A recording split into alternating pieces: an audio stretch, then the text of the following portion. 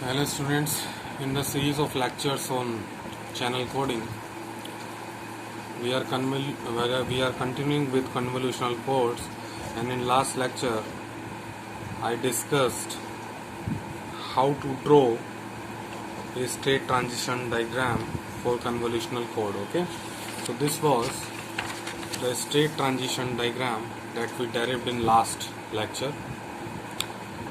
Now a very important concept comes in convolutional codes, that is trellis representation.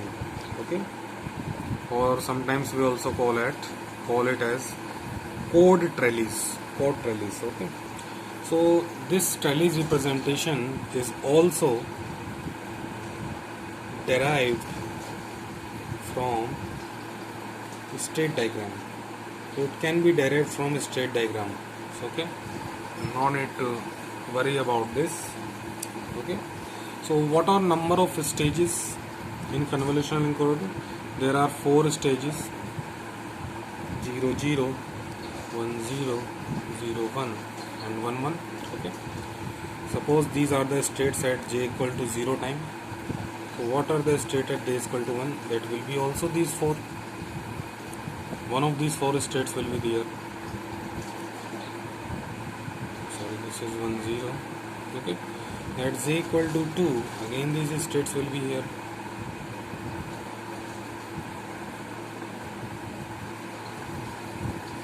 Okay, so as you see the state diagram, if the initial state is 0 0, then next state can be, if the state is 0 0 initial state, the next state can be 0 0 itself and 1 0. Okay, so there will be 2 paths from here. Next state can be 0 0 and 1 0 as well. Okay, 0 0 and 1 0 as well. So if the state is 0 0, what is the output? 0 0 and is there 1 1.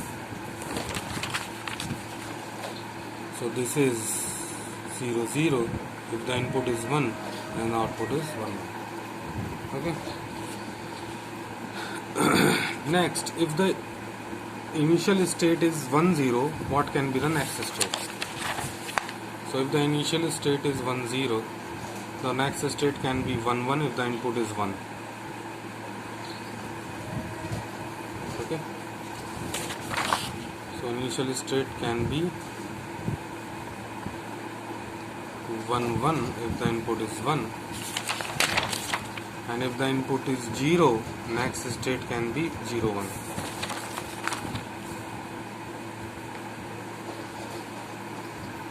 Input is 0. Okay, let's put the values of output here. 1 0, if the input is 0, output is 0 1 and 1 0, 1 2. Okay, now next, if the input state is 0 1, what can be the next state? So if the input state is 0 1, 0 1, the next state can be 0 0 if the input is 0. The next state can be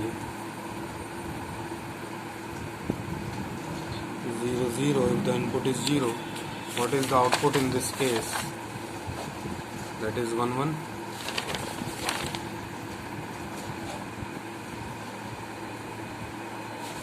And what can be the other state?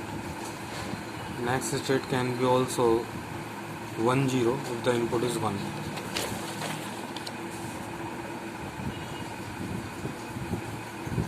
1 0, the input is 1. Okay, in that case output is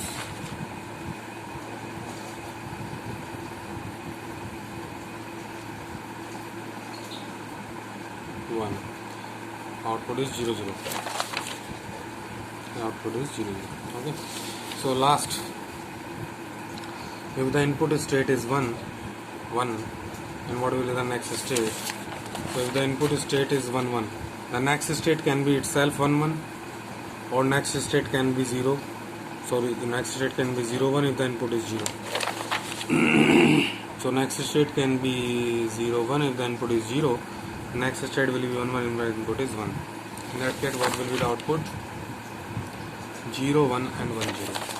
Okay, that is 0 1 and 1 0. So this is the code trellis representation. Obviously you just apply the same thing here. Okay, you just apply same thing here and you will get code trellis representation. So this is code trellis representation. Okay, so this code trellis representation is used for decoding in convolutional codes. Okay, so this code trellis representation is used in decoding side. Okay, so this is important in that manner. This is used at decoding, for decoding. Okay, so if you want to extract information, okay, we will use code trellis. Okay, so how we do this? Okay, so this is done with the help how to do decoding in convolutional codes. How to generate convolutional codes, that was already discussed. Now how to decode convolutional codes. Okay, so this is done by a very important concept that is known as Viterbi algorithm. Okay, so I will discuss Viterbi algorithm in next lecture. Okay, thank you.